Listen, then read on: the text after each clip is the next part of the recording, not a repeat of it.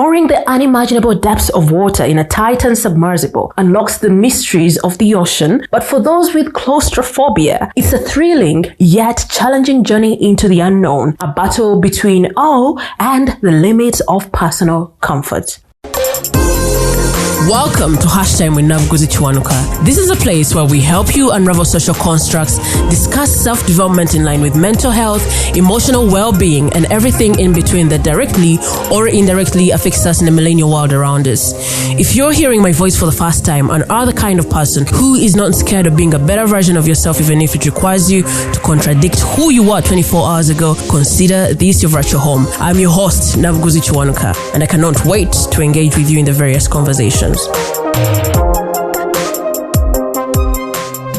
The global news for the whole week has been surrounding the OceanGate submersible that filthy rich Sen. Okay, I don't know if they were Sen, but one young and four old rich men entered this uncomfortable vessel to be submerged 3,800 feet deep into the ocean. These people went into the Atlantic Ocean to check out the wreck of the Titanic that sank in 1912. How and why they deemed this a great idea? God knows. There have been three categories of arguments and jokes on this catastrophic incident. One of science, one on spirituality, and the other on common sense. I had been ignoring the news of rich men who were lost at sea. From the first day I heard about it, I thought it was a bunch of rich men on the boat who lost their way back and that they made a distress call. It was on Thursday night when I decided to read about the mess. It struck me to know that these people were underwater. 4 days underwater. It's the same day that their oxygen had been estimated to run out. The fact that there was so much noise about them, I was sure they would be rescued. I wanted them to return and tell the horrific tale. Those are the interviews I was waiting to follow up on. But when the posts about their possible death started circulating, I wondered what could have been on their mind when they realized that the life-risking excursion they had paid a hefty amount for was about to kill them. Panic? Regret? I don't know. I don't know if they had a chance to think through their decisions. One of the people who has been on the OceanGate on the same excursion said that the first page of the paperwork they have to sign before embarking on the trip highlights the possibility of death about 3 times. 1 page, possibility of death 3 times. If there was a chance for them to notice that danger was on its way, was it in that moment that they realized the weight of their signatures and the waiver agreements? Friday came, and I was still thinking about these people. I read more about the madness in the story, and I started to imagine myself in a tight vessel that doesn't allow me to stand or even freely change a sitting position. Because I think what they said is that it's only one person who could sit with his legs straight. And I was like, dude, no way. There's no way. There is no way under the sun. Okay. Yeah, under the sun is enough because there's no way I'm going to go into an excursion under the water. There is no way I can find myself going for that. Seeing the size of the vessel, learning that it had been locked from the outside, knowing that it was under unimaginable depths of water, really left me restless. Suddenly I felt like my office chair was too tight. Like, I started walking around the office trying to pretend that I'm looking for something, but there wasn't anything to look for. How and why did these people allow themselves in such a situation? Why would someone do that to themselves? How and why would they sell their free will to someone manning a vessel that isn't fully tested to embark on such a risky trip? How much were they tired of life? Because trust me, if I'm seeing death 3 times on the first page, and I'm sitting in a very uncomfortable position, I'm definitely tired of something that I'm trying to run away from. But man, I've talked about how I've survived suicidal ideations. There is no way I could sign that paperwork. I wouldn't do that. I wouldn't go forward with it. But what do I know? When I noticed that I was pacing around in the office and started to ask these questions loudly, I decided to distract myself with something else. A movie was a good idea. I also let out my feelings of fear of deep waters in a Facebook post. I wondered how many people could have been triggered by this whole thing. On Saturday, I decided to run a word, claustrophobia, on Facebook and Twitter. Twitter wasn't so helpful when it came to me trying to limit the search results to recent posts, but Facebook is that friend that gives you what you're looking for. So I found that there were so many confessions about how the Titan Submersible had triggered people's claustrophobia. I saw friends too, and I was like, whoa. They say the power in storytelling is that when people get to relate to what your struggles are, there's a way how you sort of stop feeling lonely and you calm down and feel like, well, at least I'm not the only person. So seeing friends too, I was like, that's a good thing, I think. Much as we're struggling, it's also a good thing that I'm seeing friends struggling with this. At least you have someone to talk to and express your emotions when it comes to the claustrophobia. I thought about one of our returning guests as well, because she once confessed that she has this kind of phobia for small spaces. I checked on her, and indeed, she too was triggered by the ordeal. Yesterday, I tried to check on the internet and see if there is a way I could find out the number of claustrophobia searches in the last days, but I only found one old blog post that was published 3 months ago. It named claustrophobia as the 4th most searched phobia in New York. It was estimated that the fear of tight and closed spaces was searched 79,680 times. That is just a stat in the US. Then how big is this problem globally? I also landed on an article that was published on Wednesday, and I'm going to read it verbatim. This is a Washington Post article, and the title is "Feeling Claustrophobic? The Missing Submersible Has Been Triggering." So it's written by Teddy Amenabar.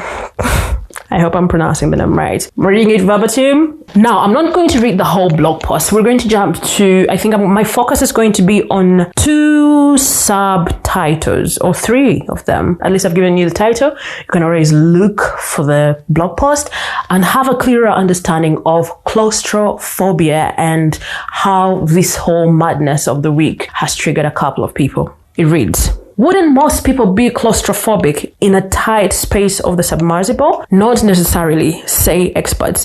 Claustrophobia has been estimated to range from about 2 to 12% of the population, and most sufferers are female. Maximilian Kramer, director of the Ocean Technology Group of the University of Hawaii Marine Center, trained in and piloted an even smaller submersible for nearly 20 years. His vessel was a 7-foot steel sphere packed with equipment that could hold 3 people. Quite frankly, it wasn't very common that people had to fight off claustrophobia, he said. Usually, even people who felt some apprehension due to the close proximity of the other passenger and pilot, once you're underwater, that very quickly disappears and gives way to the wonder of the ocean. Kramer said he remembers 2 times over 20 years when the dive had to be aborted because of feelings of claustrophobia. You cannot take someone down who is claustrophobic, Kramer said. I had maybe a handful of incidents where during a safety briefing, someone decided to forego their chance at their coveted adventure. I recall 2 incidents where a person discovered their discomfort with claustrophobia and other fears during the descent. We would immediately abort the dive and come back up. Kramer said he recalls even as a boy playing in basements and small spaces without any fear. But I can tell you that my wife maintains to this day that she would not set at all into such a small sphere. He said, it's just not her thing. Now, the other question is, what's the difference between normal fear and claustrophobia? Discomfort around or fear of enclosed spaces is more or less normal, said Nasil Gayemi, a psychiatrist at Tufts Medical Center in Boston. There is probably a biological reason humans are scared of heights, bugs, or enclosed spaces. It's normal to be anxious about many things, Gayemi said. These are all normal physiological reactions that human beings have developed over millennia. But for some people, it gets to the point where they're not able to function well. Guillermo said, the fear becomes a phobia, where someone's concern of enclosed spaces doesn't match the actual risk presented by the situation. A person's concern starts to affect their daily life at work, home, or school. The fear gets in the way such that people cannot do the things that they want to do, said Joe Bienvenu, professor of psychiatry and anxiety disorders at Johns Hopkins School of Medicine. It's an irrational fear that interferes with a person's life. Now, the last question that I want to address in this blog post is, what causes claustrophobia? A tendency to heightened anxiety and claustrophobia can run in families at times, Bienvenu said. It may even be genetic, although Bienvenu said exactly how it's still unclear. And past traumatic experiences where people have felt trapped without a sense of control or a way of escape can lead someone to feel claustrophobic, said Adam Boland, a clinical psychologist at Cleveland Clinic. There's a fear of the lack of control, Boland said, that I am in this situation and I cannot remove myself. Guillermo said that in some research suggesting the phobia is physiological reflex, or what's called a suffocation alarm. In someone who believes there is higher level of carbon dioxide or lack of oxygen while in close quarters with others, they get the physiological signal that there is not enough oxygen, Guillermo said. They feel like they're going to suffocate. That's when the panic attack happens. Those are the people who get claustrophobia. People who are claustrophobic will often go out of their way to avoid confined spaces, but staying away from certain situations like taking the elevator or riding the subway can actually reinforce the phobia, Bienvenu said. I don't know if I should go further. But the other questions that got answered were that of what triggers claustrophobia, how do you overcome it. I would like to invite you to go and check out the blog post and have more education on how to go about this whole mess. Because at least there are mental health professionals that were interviewed to give all these answers to claustrophobia. Now, some people on social media were talking about how this is just poverty talk, how you guys are talking about that you will never do those things. It's because you're broke and things like that. Friends,